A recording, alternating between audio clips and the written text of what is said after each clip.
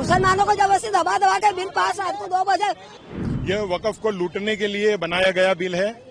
वक्फ संशोधन विधेयक को लोकसभा और राज्यसभा में पास कर दिया गया है। इसे लेकर अब कई मुस्लिम संगठन सड़कों पर उतर आए हैं। देश के कोने कोने में इस संशोधन विधेयक के खिलाफ इन संगठनों ने आंदोलन करना शुरू कर दिया है।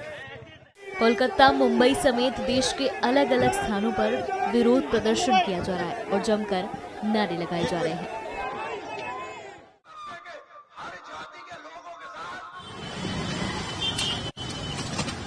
क्यों कर दिया? मुसलमानों को जबरदस्ती दबा दबा के बिल पास रात को 2 बजे क्यों सबके सामने पास करना था? तुम्हारे दिल में बेईमानी है, गद्दारी है, तुमने बिल पास करा। हमारा बिल पास हमको वापस दो। हमने तो मारे गए मरे खून दे जा देंगे, हम नहीं जा देंगे। हमारे को वापस दो। हमारी खून दे जाए, जान दे देंगे इस्लाम के खातिर। हमारा वक़्फ़ बोर्ड हमको वापस दो। नहीं चलेगी, नहीं चलेगी। यह वक्फ को लूटने के लिए बनाया गया बिल है। ये जो वक्फ की संपत्ति है, ये हमारे बाप दादा परदादाओं ने मतलब अल्लाह के राह के लिए दी थी, ठीक है, ताकि इसके अच्छे काम के लिए इस्तेमाल हो। तो ये हम बरसों से इसका इस्तेमाल कर रहे हैं और सही तरीके से इस्तेमाल हो रहा है, ठीक है। लेकिन रेलवे बेच दिया, एयरपोर्ट बेच दिए, ठीक है, कई सरकारी इमारतें बेच दी। अब उनके पास बेचने के लिए कुछ रहा नहीं है, इसलिए अब ये वक्फ के पीछे पड़े हुए हैं।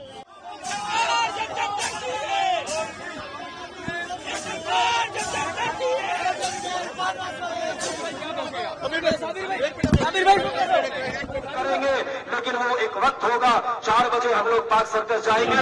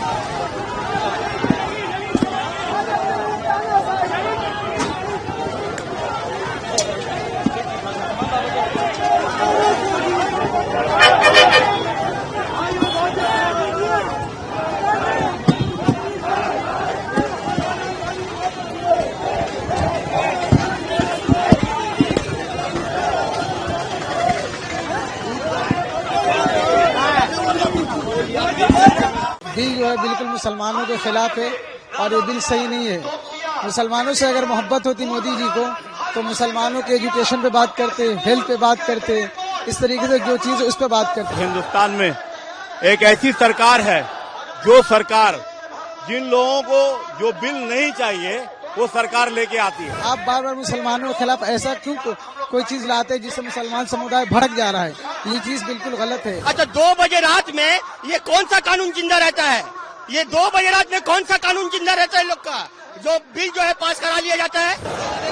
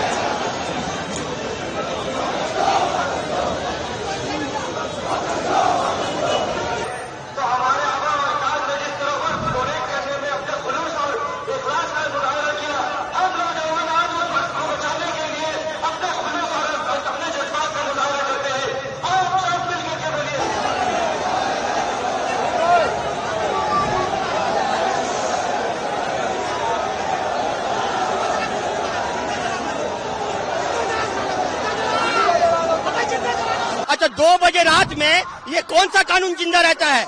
ये 2 बजे रात में कौन सा कानून जिंदा रहता है लोग का, जो बिल जो है पास करा लिया जाता है।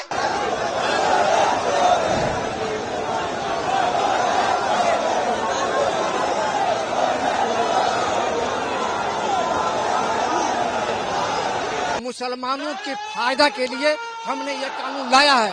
तो मैं नरेंद्र मोदी जी से कहता हूँ कि आप अगली बार आप सदन में एक नया कानून लाइए, जो मंदिरों में, मठों में, आश्रम में जो दलित, आदिवासी, पिछड़ा, अति पिछड़ा जो लोग हैं उनको मंदिरों में उनका अधिकार दीजिए, उनको पूजा करने का अधिकार दीजिए, उनको भी अपना भागीदार बनाइए। कि ये बिल जो है बिल्कुल मुसलमानों के खिलाफ है और ये बिल सही नहीं है।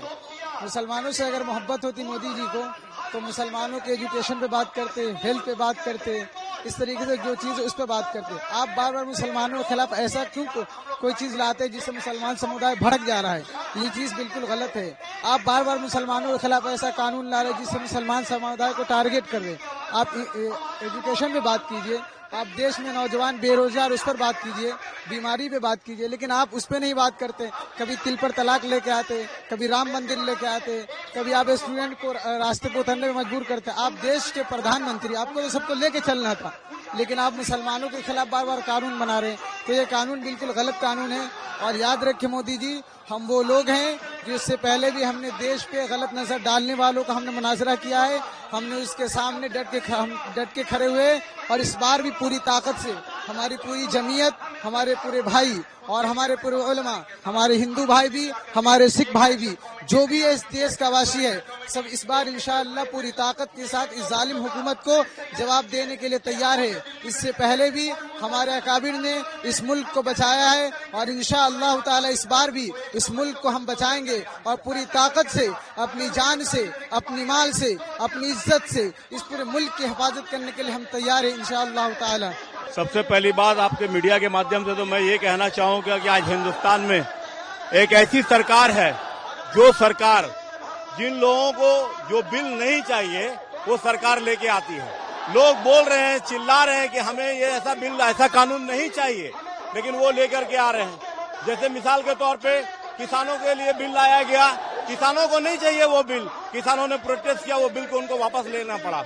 मुसलमानों के लिए 3 तलाक का बिल लेकर के आए, मुसलमानों को नहीं चाहिए, हम अपने शरीयत के कानून पे चलना चाहते हैं।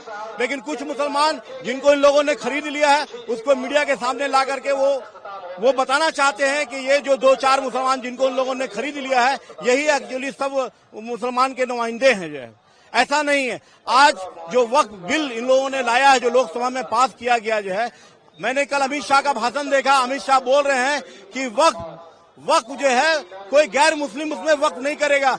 मैं कहना चाहता हूं कि जो गैर मुस्लिम लोग हैं वो क्यों वक्फ करेंगे? वक्फ जो है मुसलमान करते हैं, लेकिन वो बोलते हैं कि ये मुसलमानों का जो वक्फ बोर्ड है उसमें गैर मुस्लिम, क्रिश्चियन कोई भी वहां पे आ सकते हैं। तो मैं कहना चाहता हूं कि किसी भी बोर्ड में जो एक धर्म विशेष का बोर्ड है, उस धर्म विशेष के बोर्ड में दूसरे धर्म के लोग कैसे अपॉइंट किए जा सकते हैं? जैसे कि मठों में क्या मुस्लिम को अपॉइंट किया जा सकता है? उनकी कमेटी में, उनके बोर्ड में क्या मुसलमान को अपॉइंट किया जा सकता? क्या सिखों के गुरुद्वारा की जो कमेटी होती है उसमें क्या मुसलमान या हिंदू को अपॉइंट किया जा सकता? नहीं किया जा सकता। ठीक उसी तरह से हिंदुस्तान में जो वक्फ बोर्ड जो हमारा है, वक्फ बोर्ड में किसी भी तरीके का जो नॉन मुस्लिम है उसको एक्सेप्ट नहीं किया जा सकता। वक्फ बोर्ड क्या है ये जानना चाहिए लोगों को। हम लोगों ने जिन लोग, हमारे अब्बा अजदाद ने अपने कौम और कौम के मिल्लत के भलाई और फलाह के लिए अपनी जमीनों को, अपनी जायदाद को वक्फ किया ताकि उससे कौम और मिल्लत का भला हो सके।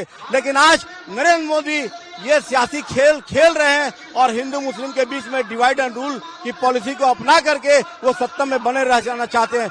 तो हम लोग अपनी जानों की कुर्बानी देने से भी बाज नहीं आएंगे। जिस तरीके से हमारे उलमाओं ने जब आजादी के लिए ऐलान किया था, तो हमारे उलमाओं ने फांसी के फंदों को चूमने से कभी भी परहेज नहीं किया।